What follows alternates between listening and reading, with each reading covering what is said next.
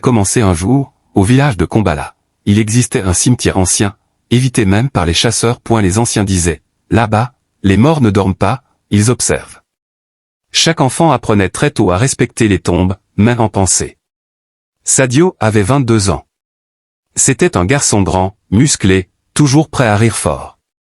Au village, tout le monde le connaissait pour son caractère audacieux. Quand les anciens racontaient des histoires effrayantes autour du feu, Sadio écoutait à peine. Il levait les yeux au ciel et faisait des grimaces. Pour lui, toutes ces paroles sur les esprits et les morts étaient juste des moyens pour les vieux de garder le contrôle sur les jeunes. Il disait souvent, les morts sont morts, point final. Ils ne bougent plus, ils ne parlent plus, ils ne font rien. Pourquoi avoir peur d'eux? Ses amis riaient avec lui, mais pas trop fort. Au fond d'eux, ils sentaient un petit frisson quand ils passaient près du sentier qui menait au cimetière. Sadio habitait une petite case ronde avec sa mère et ses deux petites sœurs. Sa mère, Fatou, travaillait dur au champ et vendait des arachides au marché. Elle répétait sans cesse à son fils, « Respecte les lieux sacrés, mon enfant. Ne joue pas avec ce que tu ne comprends pas », mais Sadio répondait toujours, « Maman, arrête avec tes peurs d'autrefois. » Le monde a changé. Ses sœurs, Hawa et Mariam, écoutaient en silence. Elles avaient 9 et 11 ans. Elles adoraient leur grand frère, mais elles avaient peur quand il parlait comme ça. La nuit, elles se serraient l'une contre l'autre sous la même couverture et murmuraient, « Et si les morts l'entendaient vraiment ?» Sadio continuait sa vie, il aidait au champ, jouait au foot avec les copains. Chantait fort quand il avait bu du vin de palme. Il se croyait invincible. Il pensait que la peur était une faiblesse, et lui n'était pas faible. Pourtant, au village, les histoires continuaient. On racontait qu'un chasseur, il y a longtemps, avait tiré sur un serpent près d'une tombe. Le lendemain, il avait retrouvé le serpent mort, posé sur son propre lit. On disait aussi qu'une femme avait ramassé une pierre du cimetière pour construire sa case. Depuis, elle entendait des pleurs d'enfants chaque nuit, même quand ses propres enfants dormaient paisiblement. Sadio écoutait tout ça en riant. Des contes pour faire peur aux bébés, lançait-il. Ses amis riaient aussi, mais moins fort qu'avant. Quelque chose dans l'air changeait quand on parlait trop longtemps du cimetière. Un après-midi, un vieil homme nommé Mansa est venu voir Sadio.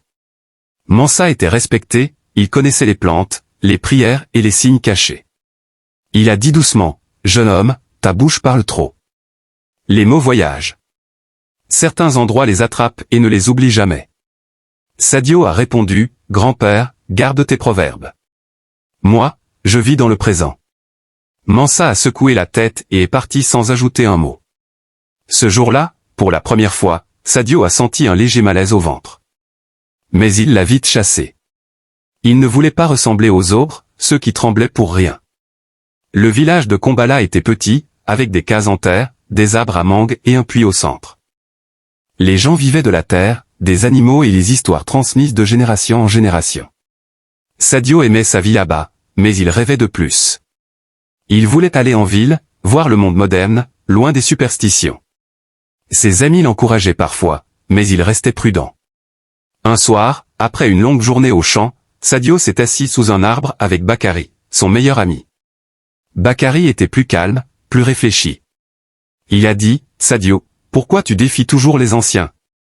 Ils ont vu des choses que nous n'imaginons pas. » Sadio a ri, « Parce que je ne veux pas vivre dans la peur comme eux. La vie est courte, il faut en profiter. » Bakari n'a pas insisté, mais il a regardé vers le cimetière au loin, avec un air inquiet. Sadio n'a pas remarqué. Il était trop occupé à penser à la fête qui approchait.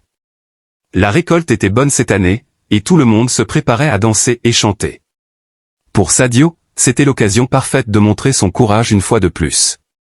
Il ne savait pas encore que cette arrogance allait le mener vers quelque chose de sombre et d'irréversible. Les signes étaient là, mais il les ignorait. Le vent soufflait doucement ce soir-là, portant peut-être déjà un murmure invisible du cimetière. Et la fête battait son plein ce soir-là. C'était la fin de la récolte du mil. Tout le village dansait, chantait, buvait du dolo et du vin de palme. Les tam-tams résonnaient jusqu'au milieu de la nuit. Les jeunes riaient très fort, les anciens surveillaient depuis les cases. Sadio avait déjà bu plusieurs calebasses. Ses yeux brillaient, sa voix portait loin.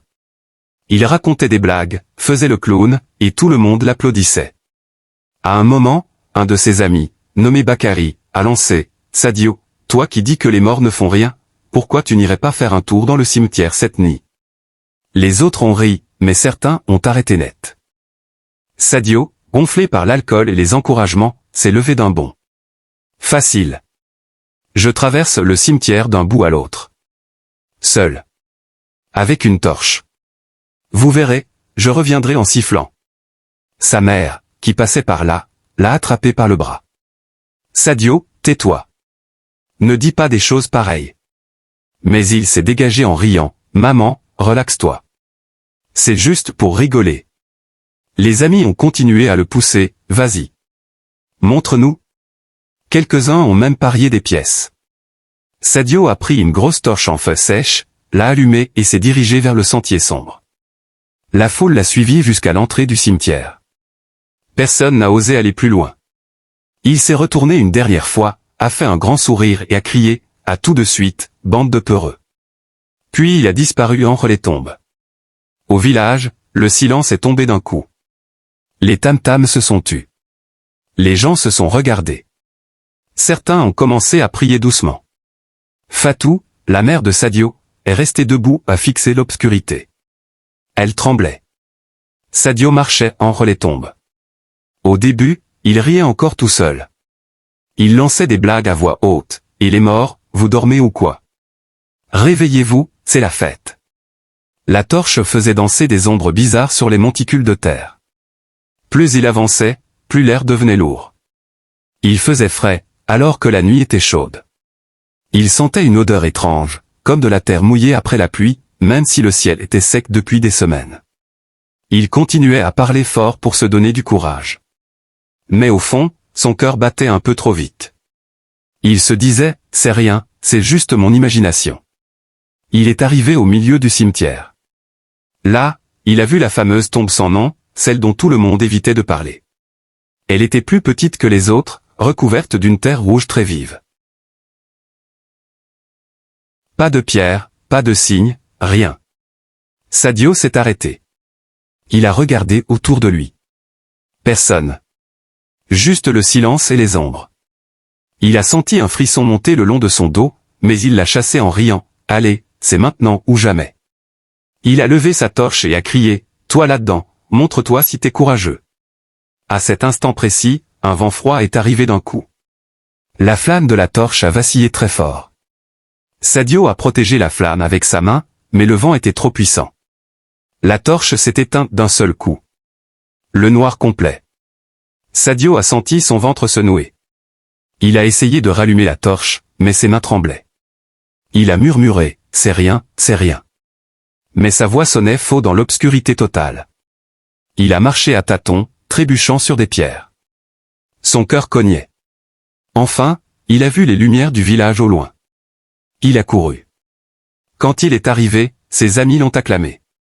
Mais Fatou l'a regardé avec des yeux pleins de larmes. Sadio a forcé un rire, « Vous voyez ? Rien. » Pourtant, cette nuit avait planté une graine de peur en lui. Le vent continuait à souffler, comme un avertissement ignoré.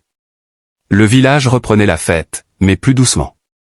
Personne ne savait encore ce qui allait suivre. Sadio restait planté devant la tombe sans nom. L'obscurité était si épaisse qu'il ne voyait même plus sa propre main devant ses yeux. Il sentait la terre rouge sous ses pieds, un peu collante, comme si elle avait été remuée récemment. Il a essayé de se calmer. Il s'est dit, respire. C'est juste une tombe comme les autres. Mais quelque chose clochait. Cette tombe n'avait rien de normal. Pas de nom gravé, pas de date, pas de petit tas de cailloux comme offrande. Juste cette terre rouge qui semblait presque briller dans le noir. Il n'a pas parlé de la terre rouge qui semblait vivante. Il est rentré chez lui. Sa mère l'attendait devant la case, les bras croisés. Elle n'a rien dit, mais ses yeux étaient pleins de peur. Sadio est passé devant elle sans un mot. Il s'est couché sur sa natte. Cette nuit-là, il a mis longtemps à s'endormir. Chaque fois qu'il fermait les yeux, il revoyait la terre rouge et sentait encore le froid sur ses doigts. Le lendemain, le soleil brillait fort, mais Sadio se sentait fatigué. Il a essayé de travailler, mais ses pensées revenaient toujours à cette tombe. Pourquoi était-elle sans nom? Qui était enterré là? Les questions tournaient dans sa tête. Il a évité ses amis ce jour-là. Il ne voulait pas en parler. Fatou l'observait de loin, inquiète. Elle savait que quelque chose n'allait pas. Au village, les rumeurs commençaient déjà, Sadio est allé trop loin. Les morts n'aiment pas qu'on les provoque. Mais Sadio ignorait tout ça. Il se convainquait que c'était fini. Pourtant, la nuit suivante, le vent est revenu, plus fort. Et avec lui, les premiers signes d'une malédiction qui s'installait lentement. Sadio était revenu du cimetière, mais quelque chose avait changé en lui. Il ne voulait pas l'admettre, même à lui-même. Le lendemain, il a fait semblant que tout allait bien. Il a plaisanté avec ses amis, il a aidé sa mère au champ. Mais au fond, il repensait sans arrêt à cette tombe sans nom. Le soir, il a bu encore du vin de palme. L'alcool lui donnait du courage. Il s'est mis à raconter sa nuit aux copains, en exagérant. J'ai marché partout, j'ai même dansé sur les tombes. Rien ne s'est passé. Les autres riaient, mais il sentait qu'il forçait un peu. Puis, sans réfléchir, il a ajouté, et cette tombe rouge, là, au fond, c'est la plus nulle de toutes. Juste un tas de poussière inutile.